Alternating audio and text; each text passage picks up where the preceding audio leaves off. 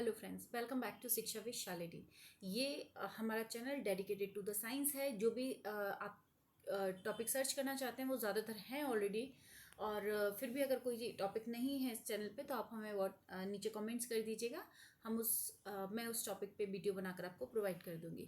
ठीक है। ये दूसरी चीज़ ये है कि मेरी जो भी नई वीडियोस आती हैं वो मंडे और थर्सडे को आती हैं, तो आप देखते रहिएगा। और चैनल को लाइक कर देना, सब्सक्राइब कर देना, शेयर कर देना, लोगों को बता देना कि उनको कोई टॉपिक नहीं समझ में आ रहा है तो यहाँ आकर देखें। ओके, सो अभी हम पढ़ रहे हैं आरएस के लिए एक topic that is the gravitation. बाकी आपके स्कूलिंग में नाइन्थ क्लास में और 11th क्लास में ग्रेविटेशन है, आप वहाँ से भी देख सकते हैं। और जनरल साइंस के क्वेश्चन भी अक्सर एग्जाम में इससे पूछे जाते हैं। ठीक है। So here we are. और इसमें हमने कुछ पढ़ा था, 5 मिनट में रिवीजन कर पाऊंगी, 5 to 10 मिनट्स। क्यों? क्योंकि जो पुराना पढ़ा है ताकि हमारी उसके साथ में कनेक्टिविटी बन सके। ओके।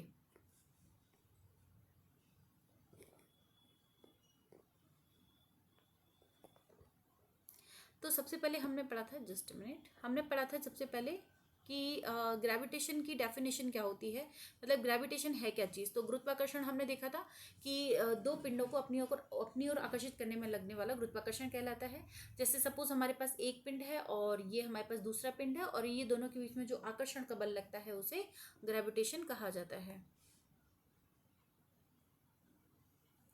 इसके बाद हमने देखा था कि अगर उसी ग्रेविटेशन फोर्स को पृथ्वी लगाती है तो उसे गुरुत्वीय बल कह देते हैं, क्योंकि वो स्पेसिफिक टू द अर्थ हो जाता है। और इस वाले टॉपिक में हम जो बात करते हैं ग्रेविटेशन की, वो कहीं ना कहीं अर्थ से रिलेटेड कर रहे होते हैं। ठीक है, इसलिए हम उसे गुरुत्वीय बल कह देते हैं।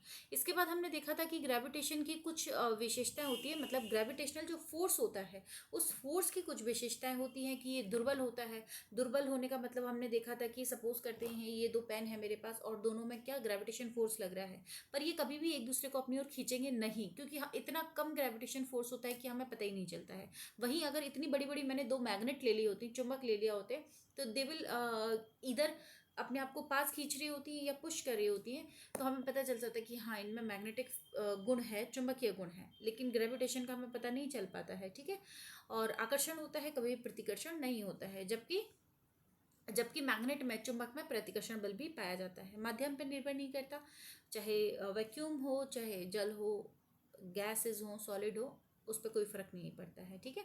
केंद्रीय बल होता है, केंद्र से लेके दूसरे केंद्र तक इसे मेजर किया जा सकता है। वैसे ये हमने डिटेल में इसके प्रीवियस वीडियो में इसे एक्सप्लेन किया हुआ है। अगर आपको बहुत ज़्यादा डिटेल में देखना है तो आप उधर देख सकते हैं। केंद्रीय बल होता है, केंद्र से स्टार्ट होगा, केंद्र तक काउंट होता है। क्योंकि पृथ्वी इतनी बड़ी है तो हम पृथ्वी के कॉर्नर से इसको काउंट नहीं करेंगे, बल्कि हम इसे पृथ्वी के केंद्र से काउंट करेंगे। ठीक है। क्योंकि पृथ्वी की रेडियस ही लगभग 6,000 किलोमीटर होती है, तो इतनी 6,000 किलोमीटर तो मैटर करता है ना, तो इतनी डिस्टेंस को भी हमें लिखना पड़ेगा क्योंकि वो केंद्र से काउंट होगा।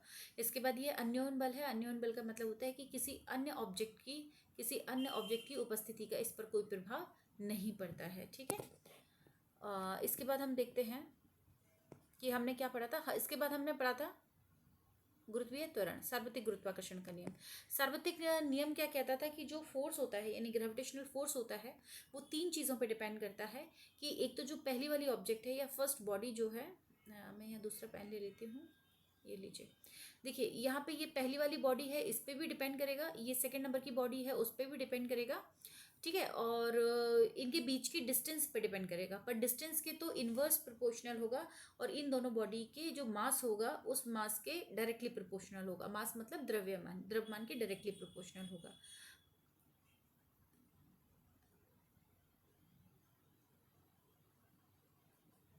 ओके।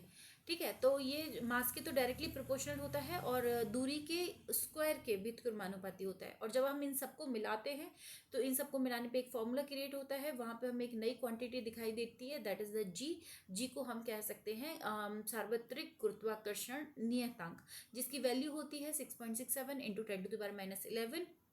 इसको आपको रटना है। ये जो वैल्यू है वो ऑब्जेक्टिव वाले क्वेश्चंस पेपर में अक्सर पूछ ली जाती है, और उससे कहीं ज़्यादा इंपॉर्टेंट इसका पूछा जाता है मात्रक, that is the nm² upon kg², यानी कि न्यूटन मीटर स्क्वायर पर kg²। तो इसका जो लोग केवल ऑब्जेक्टिव की तैयारी कर रहे हैं, जैसे SSC है एंड ऑल दैट है, वो लोग इस तरह के फैक्ट्स को याद रखेंगे।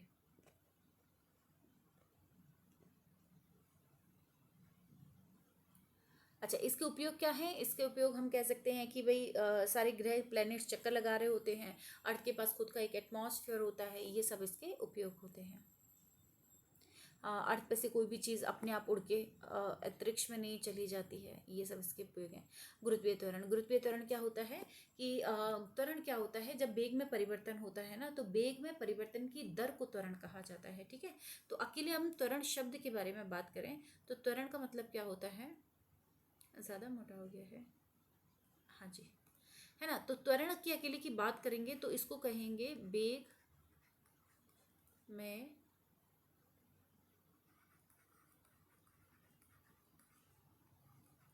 परिवर्तन की दर।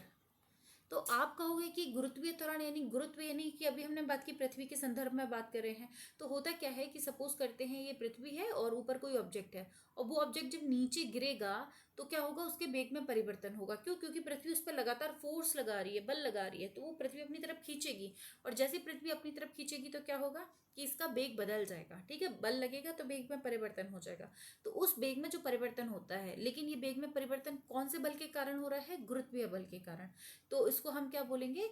गुरुत्वीय त्वरण कहेंगे। त्वरण तो है, वेग में परिवर्तन है तो, लेकिन गुरुत्व की वजह से हो रहा है, यानी पृथ्वी के गुरुत्वाकर्षण बल की वजह से हो रहा है, तो हम इसे क्या कहेंगे? गुरुत्वीय त्वरण कहेंगे। ठीक है, और इसे स्मॉल जी से लिखा जाता है। इसका मात्रक मीटर पर सेकेंड स्क्वायर या न्यूटन पर किलोग्राम होता है। ठीक है, यहाँ पे आप दोनों मात्रक देख सकते हैं, मीटर पर सेकेंड स्क्वायर या न्यूटन पर किलोग्राम होता है।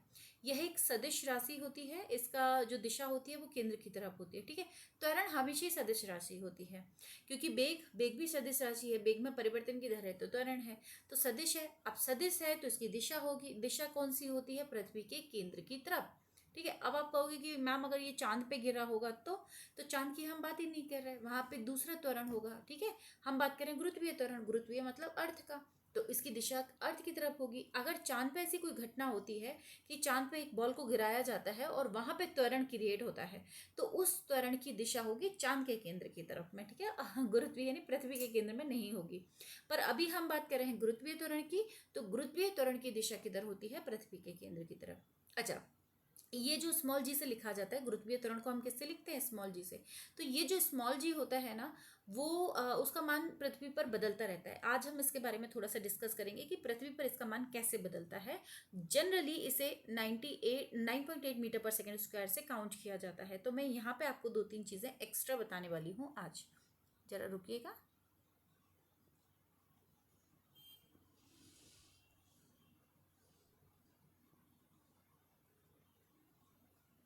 ओके, तो हम यहाँ पे बात करते हैं, हमने 2 पॉइंट देखे थे कि ये 9.8 मीटर पर सेकेंड स्क्वायर होता है। अभी हम क्या बोले थे? 9.8 मीटर पर सेकेंड स्क्वायर होता है। किसका मान? स्मॉल जी का मान, है ना। स्मॉल जी का मान कितना होता है? 9.8 मीटर पर सेकेंड स्क्वायर।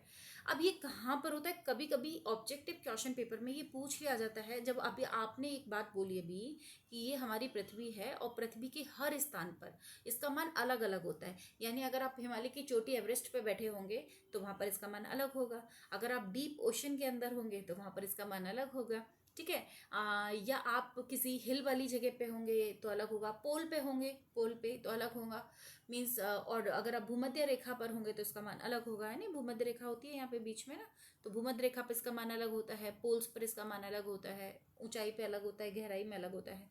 तो आपने फिर 9.8 क्यों लिया, या ये 9.8 कहाँ पे मेज़र किया जाता है? तो पहली बात तो मैं आपको ये बता दूं कि ये जो मेज़र किया जाता है वो किया जाता है 45 डिग्री अक्षांश पे।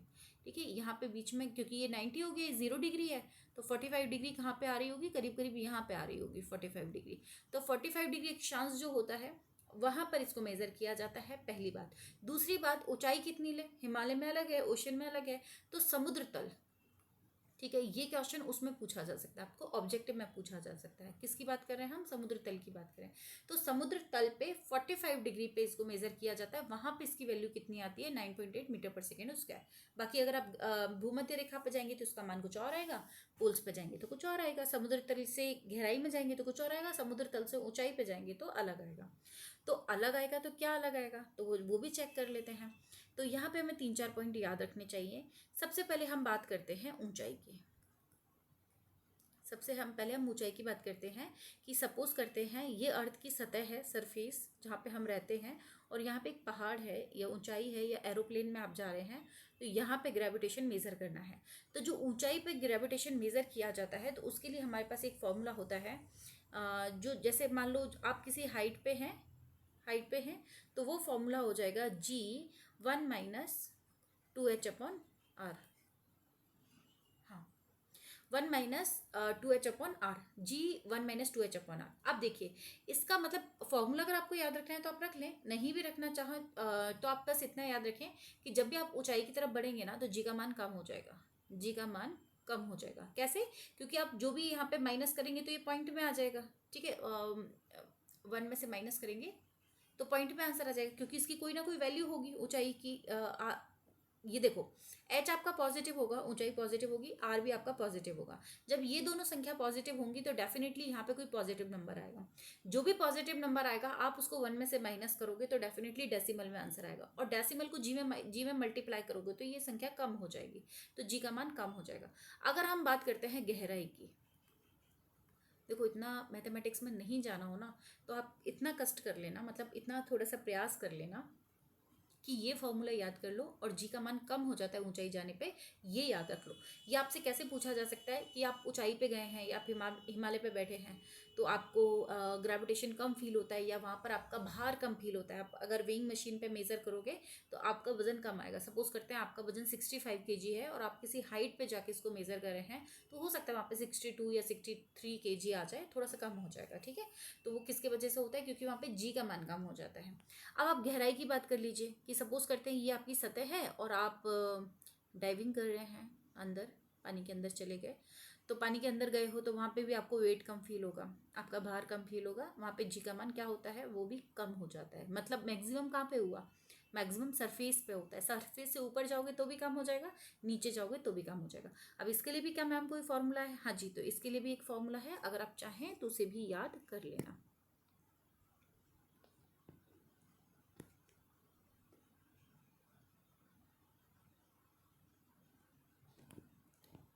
ये स्लाइड को हल्का सा नीचे करना is a tedious task to me. It's okay.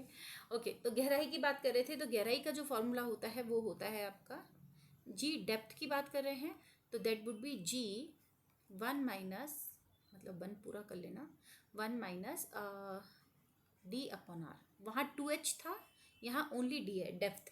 ठीक है, तो ये भी कम हो जाता है फाइनली। आप इसको कैलकुलेट करके देखना, वहाँ पे d की कोई वैल्यू लग देना। r मतलब क्या होता है? रेडियस ऑफ द अर्थ, अर्थ की रेडियस क्या है, तो आप इसकी वैल्यू पुट करके जब भी देखेंगे तो आपको पता चल जाएगा कि आप गहराई पे जब भी जाते हैं तो जी का मान कम हो जाता है।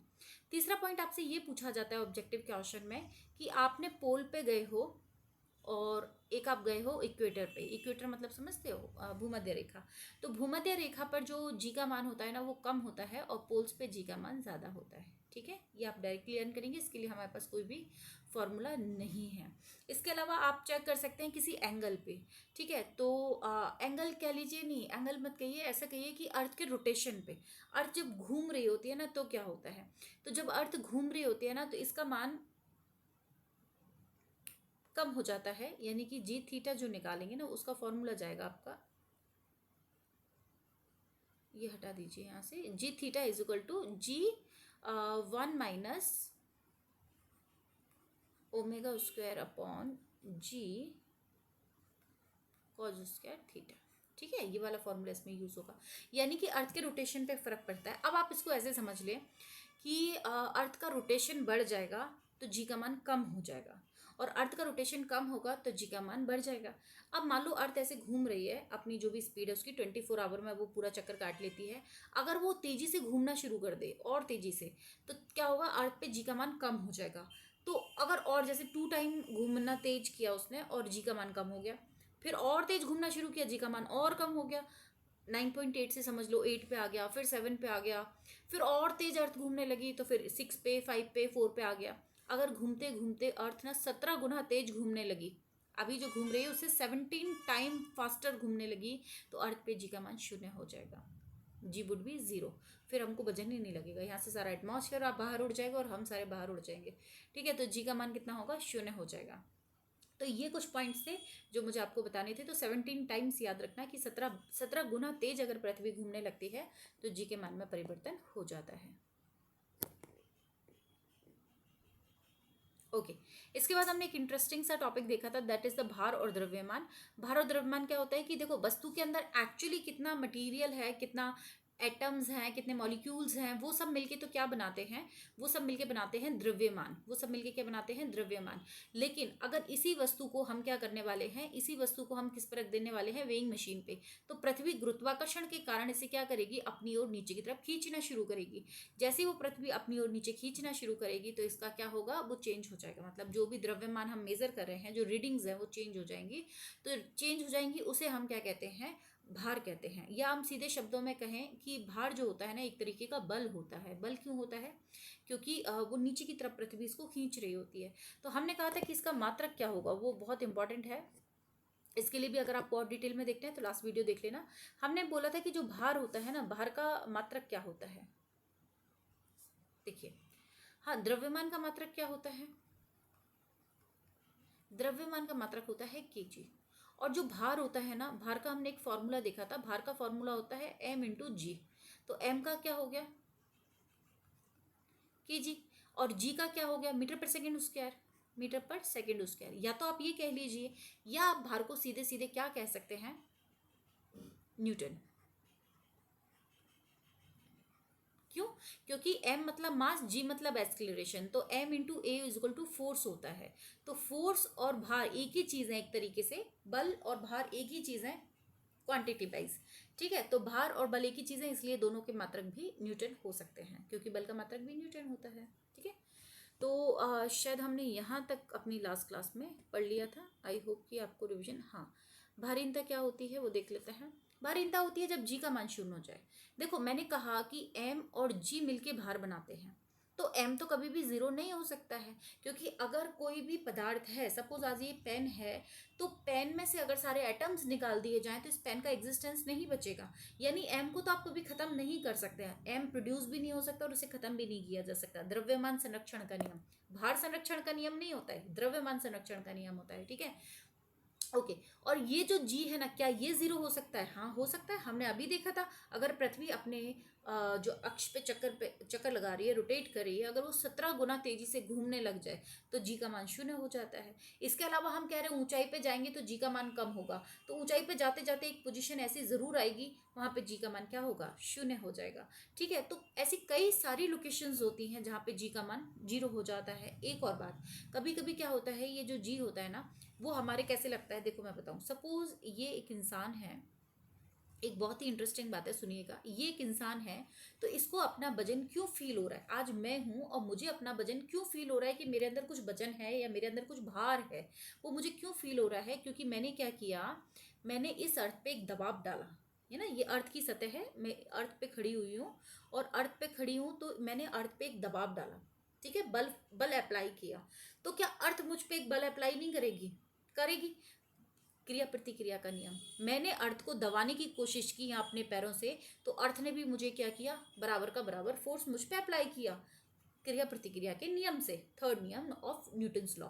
तो इसने क्या किया, मुझे फोर्स लिया, इस फोर्स की वजह से मुझे ऐसा फील होता है, ऐसा फील होता है कि मेरे अंदर कुछ भार है, ये फोर्स लगा रही है ना मुझ पे, इसलिए मुझे ऐसा फील होता है। अब अगर मैं ऊपर से फ्री फॉल हो जाऊं किसी 17वीं मंजिल से यहाँ से, और जंप कर जाऊं नीचे। अच्छा, मैं कुछ शॉर्ट्स भी बनाती हूँ, कुछ इन्फॉर्मेटिव भी होते हैं, तो देखिएगा, आपको अच्छे लगे तो कुछ सीखने को मिल जाए आपको। साइंस के कुछ रूटीन होते हैं। एक्चुअली क्या होता है ना, हमारी डेली लाइफ में हमारे आसपास ना बहुत सारी साइंस होती है।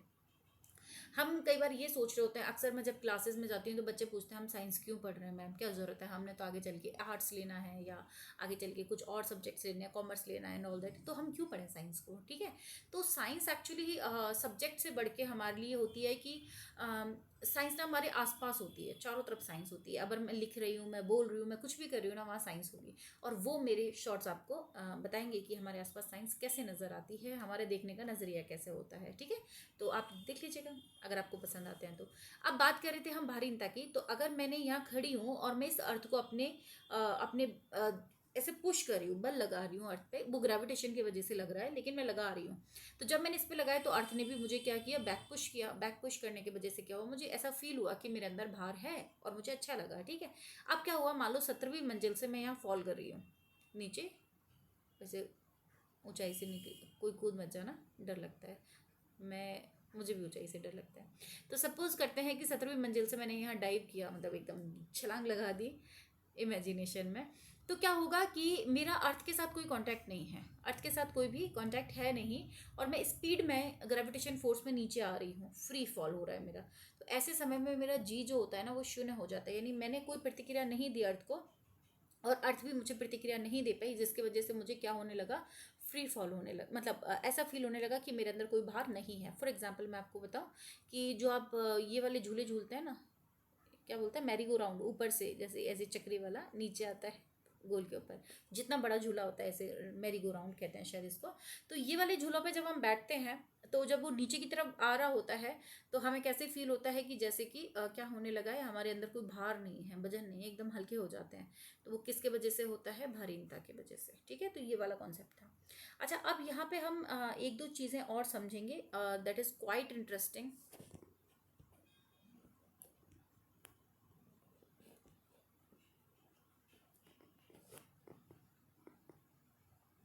ओके, तो यहाँ पे जो आज हमारा एक और टॉपिक आने वाला है दैट इज द पलायन वेग, एस्केप वेलोसिटी। पलायन वेग क्या होता है, पलायन वेग देखिएगा, पलायन वेग क्या होता है कि ये अर्थ है और अर्थ के पास कोई ऑब्जेक्ट है। ठीक है, वो ऑब्जेक्ट को अपनी तरफ खींच रही है, केंद्र की तरफ खींच रही है। ठीक है, अब मैंने इसको क्या किया, यहाँ से एक बल दिया।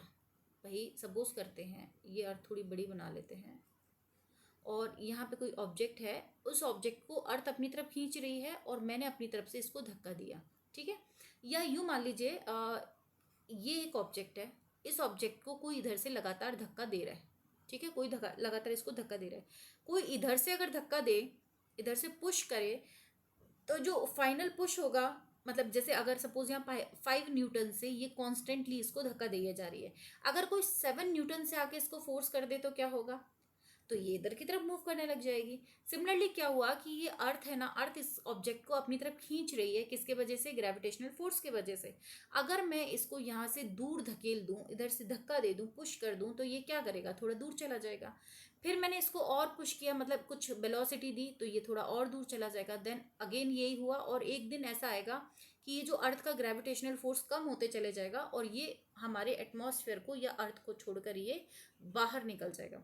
यानी वह बेग जिससे अगर हम किसी ऑब्जेक्ट को मतलब धकेलें या भेजें, तो ताकि वो अर्थ के एटमॉस्फेयर को या अर्थ के ग्रेविटेशनल एरिया को छोड़कर अंतरिक्ष में चला जाए, उसे कहा जाता है पलायन वेग। राइट, तो पलायन वेग जो होता है ना, इसको कैलकुलेट कैसे किया जाता है, देखो वैसे कैलकुलेट तो ऐसे किया जाता है कि गतिज ऊर्जा, क्योंकि हम इसको गति देने वाले हैं, half of M B square. ये हमने क्या किया, इसको फोर्स दिया, गति दी, कितनी गति दी, मतलब ये गति दी है, गतिज ऊर्जा दी है इसको, है ना, half of M B square, मतलब इसको गतिज ऊर्जा दी है, किसी ऑब्जेक्ट को हमने गति से मतलब एकदम बेग दिया है। तो कितनी गतिज ऊर्जा दें कि ये ग्रेविटेशनल फोर्स का अपोज कर सके, और ग्रेविटेशनल फोर्स का फॉर्मूला हो जाता है Gmm/r। ठीक है, ये गुरुत्वीय त्वरण का है, उसका नहीं है, ये न्यूटन्स लॉ वाला नहीं है, फोर्स का नहीं है। तो इसने क्या किया, गुरुत्वीय त्वरण को छोड़ के दूसरे तरफ चला जाए, तो Gmm/r। जब इसको सॉल्व करते हैं ना, तो यहाँ से हमारी कैलकुलेट आती है बी की, मतलब वी। तो पहले तो m से m कैंसिल हो जाएगा, इसके बाद में v स्क्वायर आप निकालोगे तो कितना आ जाएगा, Gm/r आ जाएगा, इंटू 2 आ जाएगा, और फिर v का करेंगे, v का ये स्क्वायर हटाएंगे तो यहाँ अंडर रूट आ जाएगा। इस तरीके से कैलकुलेट किया जाता है। ठीक है, तो हमें ये कैलकुलेशन नहीं करनी है, अगर आपसे पूछ लिया जाए कि कैसे किया गया तो आपने ऐसे किया था। ठीक है ना, अब आपसे डायरेक्टली ये पूछ लिया जाता है कि कितना होता है, तो दैट इज द 11.2 किलोमीटर पर सेकेंड। इतना स्पीड, इतनी वेलोसिटी हमारे पास होनी चाहिए कि ये अर्थ की सरफेस को छोड़ के अंतरिक्ष में चला जाए। ठीक है, तो उसके लिए हमें कितनी वेलोसिटी के साथ भेजना पड़ेगा, इतनी वेलोसिटी के साथ में भेजना पड़ेगा। क्या अगर कोई ऑब्जेक्ट मून पे है ये आप मुझे कमेंट करके बताना। क्या कोई ऑब्जेक्ट मून पे है और उसे भी हम चाहते हैं कि ये मून की सरफेस को छोड़ के बाहर भाग जाए, तो क्या हमें इतना ही बेग देना पड़ेगा या इससे कम बेग में भी काम चल जाएगा? और अगर कम बेग में काम चल जाएगा तो कितना, और इतने में चल जाएगा तो इतना? आप मुझे कमेंट करके बताइएगा कि मून का स्केप वेलोसिटी कितनी होती है, यानी मून का पलायन बेग कितना होता है। ठीक है, ओके। एक छोटा सा टॉपिक और हम यहाँ पे आज कवर कर लेते हैं, सो दैट कि ऑलमोस्ट ये टॉपिक हमारा फिनिश होने पे आ जाएगा। हाँ, एस्केप वेलोसिटी लिखा नीचे है, पढ़ा ऊपर दिया, इट्स ओके, कोई बात नहीं। Now move towards the कैपलर law. ये इंपॉर्टेंट है क्योंकि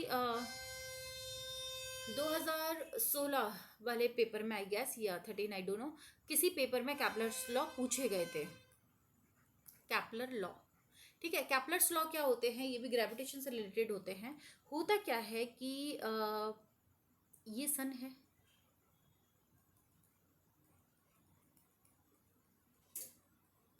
ठीक है, और यहाँ पे क्या हो रहा है, प्लैनेट्स चक्कर लगा रहे हैं, ठीक है, इस तरीके से प्लैनेट्स चक्कर लगा रहे हैं।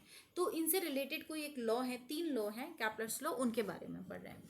तो ये लॉ क्या कहता है? 3 लॉ हैं, तो हम पहले लॉ की तरफ देखेंगे। पहला लॉ क्या कहता है कि जो भी एक ग्रह हैं, है ना, ग्रह हैं, या हम इनको कहेंगे प्लैनेट्स हैं, वो प्लैनेट सन की तरफ जो चक्कर लगाते हैं ना, वो सर्कुलर चक्कर नहीं लगाते, मतलब सर्कल में नहीं घूमते हैं। सर्कल मतलब वृत्ताकार पथ पे नहीं घूम रहे होते हैं। ये कैसे पथ पे घूम रहे होते हैं?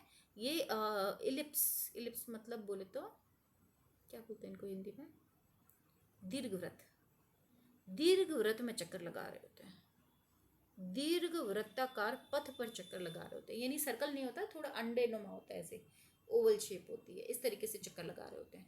तो मैं आपको पहले ना दीर्घवृत्त के बारे में थोड़ी सी चीज़ बता देती हूँ, ताकि आपको समझ में आ जाएगा कि दीर्घवृत्त क्या है। जैसे सर्कल है ना, सर्कल को आपने पकड़ के थोड़ा सा इलास्टिकेटेड कर दिया है, यानी कि ऐसे इस तरीके से बना दिया है ना। तो आप दीर्घवृत्त के बारे में बस 2 चीज़ें जान लें, ये दीर्घवृत्त है। जैसे हमारा सर्कल में क्या होता है, सर्कल मतलब वृत्त। वृत्त में क्या होता है, एक केंद्र होता है ना, यहाँ पे एक केंद्र होता है, ताकि ये पॉइंट सारे बराबर दूरी पे होते हैं, उसकी रेडियस होती है। इसमें ना दो केंद्र बनाए जाते हैं, 1 इज ईयर 1 इज ईयर। एक केंद्र नहीं होता है, 2 केंद्र होते हैं, जिन्हें फोकाई कहा जाता है। फोकाई, फोकस, है ना, कुछ भी कह सकते हैं। तो 2 फोकाई हो गई, इसकी 2 फोकाई होती हैं, एक नहीं होती।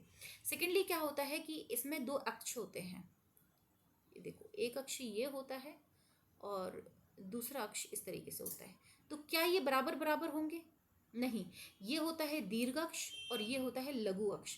तो ये इसको लिखा जाता है स्मॉल ए से, मतलब ये वाला यहाँ से लेके यहाँ तक का जो सेक्शन है, जो मैंने डार्क कर दिया है, that is known as a दीर्घवृत्त की त्रिज्या, दीर्घवृत्त की त्रिज्या। और यहाँ पर जो ये वाला सेक्शन होता है उसे कहा जाता है लघु दीर्घ नहीं वृत्त, क्या बोलेंगे इसको, इलिप्स, इलिप्स की मेजर एक्सिस, ठीक है, इसको बोलते हैं मेजर एक्सिस।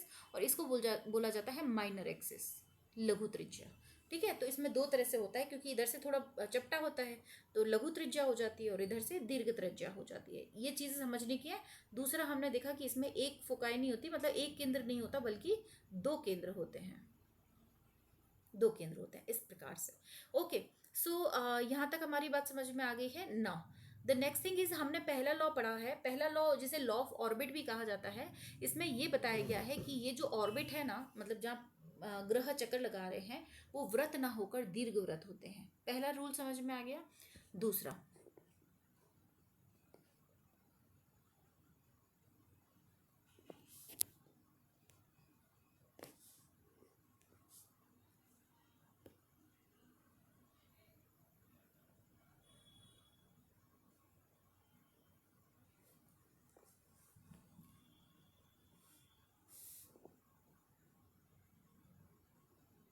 ओके, हाँ, तो दूसरा लॉ क्या कहता है, सेकेंड लॉ ये कहता है law of area. Law of area क्या कहता है?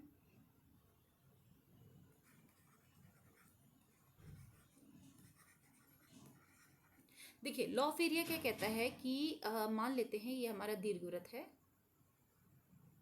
और दीर्घवृत्त के एक केंद्र पर यहाँ पर सूर्य है, एक केंद्र पर। हाँ, पहला वाला लॉ ये कहता है कि दीर्घवृत्त में चक्कर लगा रहे हैं तथा उसकी 2 फोकाई में से किसी एक फोकाई पे सन होता है। ठीक है, तो ये मान लेते हैं एक फोकाई पे आपका सन है और यहाँ पे कोई चक्कर लगा रहा है।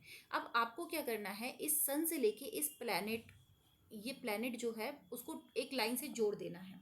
जब ये जुड़ जाता है उसके बाद में ये ग्रह घूमना शुरू करता है। अब थोड़ी देर बाद ग्रह घूम के कहाँ पहुँच गया, यहाँ पे पहुँच गया। उसके बाद इस लाइन को हमने वापस इसके साथ में जोड़ दिया, ठीक है। अब मान लेते हैं ये जो डिस्टेंस है ना वो टी टाइम में कवर की। मान लो 2 घंटे बाद हमने चेक किया तो 2 घंटे में प्लैनेट यहाँ पहुँच गया और अब हमने इसको जोड़ दिया। अब अगेन 2 घंटे बाद देखेंगे हम, कितने घंटे बाद देखेंगे, 2 घंटे बाद, क्योंकि हम 2-2 घंटे पे मेजर ले रहे हैं। अब 2 घंटे बाद देखेंगे तो हमारा और हमारा ग्रह वो है वो कहाँ पहुँच गया, वो यहाँ पहुँच गया। तीसरी बार 2 घंटे बाद देखा तो हमारा ग्रह ऑलमोस्ट यहाँ पहुँच गया, ठीक है। हर 2 घंटे में, यानी समय हमें क्या करना है, सेम रखना है। तो ये जो एरिया है ना, ये जो एरिया है that is equal to this one area, that is equal to this one area. तो इसका मतलब ये है कि सूर्य को ग्रह से मिलाने वाली लाइन, मिलाने वाली रेखा समान समय में समान क्षेत्रफल तय करती है। तो समान समय में यानी हर 2-2 घंटे में समान क्षेत्रफल तय करती है। अब सोचने वाली बात यह है कि यहाँ पे ये जो लाइन है वो लंबी है, तो ये थोड़ा सा ही चल पाएगी, यानी ग्रह बस यहीं तक पहुंच पाएगा 2 घंटे में। लेकिन यहाँ पे देखो ग्रह कितना सारा डिस्टेंस कवर कर लिया, डिस्टेंस ज़्यादा कवर कर लिया। क्यों? क्योंकि हमें ये एरिया किसके बराबर करना है, इस एरिया के बराबर करना है। तो या हम यूँ कह लें कि जब वो ग्रह होता है सन के पास आ जाता है तो उसकी स्पीड बढ़ जाती है, और जब वो सन से दूर होता है तो उसकी स्पीड थोड़ी कम हो जाती है। और रूल ये कहता है, नियम ये कहता है कि सूर्य को ग्रह से जोड़ने वाली लाइन समान समय में समान क्षेत्रफल तय करती है, ठीक है। ये होता है दूसरा लॉ। और तीसरा लॉ क्या कहता है, तीसरा लॉ ये कहता है कि ये हमारा क्या ऑफ कोर्स ग्रह घूम रहा है उसका पाथ है ना, और यहाँ पे हमारे एक फोकाई पे हमने सन बना दिया, ठीक है। अब हम क्या कह रहे हैं, हम ये कह रहे हैं कि इसका दो अक्ष होंगे ना, एक ये वाला अक्ष होगा और एक ये वाला अक्ष होगा। एक मेजर एक्सिस होगा और एक माइनर एक्सिस होगा। तो ये जो मेजर एक्सिस है ना, मेजर एक्सिस कौन सा वाला है, ये ए वाला। तो मेजर एक्सिस जो होता है, तो जो समय लगता है इस ग्रह को या चक्कर लगाने में, मतलब ये एक ग्रह है, ग्रह पूरा चक्कर कितनी देर में लगा के अपनी पूरे पोजीशन पे आ जाएगा, उसे कहते हैं आवर्तकाल टी। तो टी जो होता है ना, टी का स्क्वायर जो होता है वो डिपेंड करता है ए के क्यूब पर। इसको अगर हम स्टेटमेंट में बोलेंगे तो ऐसे बोलेंगे कि किसी भी ग्रह का आवर्तकाल का वर्ग, किसी भी ग्रह के आवर्तकाल यानी वो चारों तरफ जो चक्कर लगा रहा है उसका वर्ग, उसके जो ग्रह चक्कर लगा रहा है उसका जो इलिप्स बनता है, इलिप्स मतलब दीर्घवृत्त बनता है, उसके मेजर एक्सिस दीर्घ त्रिज्या के क्यूब के यानी कि घन के बराबर होता है। एक बार फिर से सुनिएगा, इसमें ये आप लिखना चाहे तो लिख भी लीजिएगा। इसमें ऐसे लिखना होगा कि ये सही लिखना, क्योंकि मैंने कोई कॉपी देखी थी उसमें उन्होंने ये तो लिखा था T square indirectly proportional to the A cube, पर उन्होंने शायद मेजर एक्सेस माइनर एक्सेस में गड़बड़ कर दी थी, इसलिए उनके मार्क्स काट दिए गए थे। तो वहाँ पे आपको क्या लिखना होगा, आपको ये लिखना होगा कि कोई भी ग्रह जब सूर्य के चारों ओर चक्कर लगाता है तो उस ग्रह का आवर्तकाल का वर्ग, उस ग्रह के आवर्तकाल का वर्ग उसके मेजर एक्सिस के क्यूब के बराबर होता है या डायरेक्टली प्रोपोर्शनल होता है, ठीक है, डायरेक्टली प्रोपोर्शनल होता है। तो ये केपलर का तीसरा लॉ बताता है। तो ये हमारे ग्रेविटेशनल लॉ होते हैं, मतलब ग्रेविटेशनल की बेसिक बेसिक कॉन्सेप्ट्स होते हैं। बाकी जो उपग्रह वगैरह हैं वो कभी अगर मैंने आपको अंतरिक्ष विज्ञान वगैरह पढ़ाया, स्पेस टेक्नोलॉजी वगैरह पढ़ाई, तो वहाँ पे हम देख लेंगे। बाकी जो लॉज हैं, ग्रेविटेशनल लॉ है या एस्केप वेलोसिटी है या भारहीनता की स्थिति आती है, फ्री फॉल क्या होता है, तो वो सारी चीज़ें हमने लगभग लगभग कवर कर ली हैं। So in the next class we are going to study the next one. और मैं आपसे एक बात और कहना चाहूँगी कि मेरा ऐप है, वहाँ पे मैं लाइव क्लासेस लेती हूँ, तो आप ऐप डाउनलोड करके अपना कोर्स परचेज कर सकते हैं। वहाँ पर आपको नोट्स भी प्रोवाइड करवाए जाते हैं, कुछ तो हैं, कुछ और प्रोवाइड करवा दूँगी। और इसके अलावा मैं आपको कुछ वीडियोस यहाँ पे अपलोड ज़रूर करूँगी कि हम लाइव क्लास में कैसा पढ़ते हैं, तो आप देख लीजिएगा। अगर आपको अच्छा लगे तो ज्वाइन कर लीजिएगा, ताकि आपको आरएस में अगली बार साइंस से तो कम से कम डर ना लगे। थैंक यू सो मच, पढ़ते रहिए, खुश रहिए।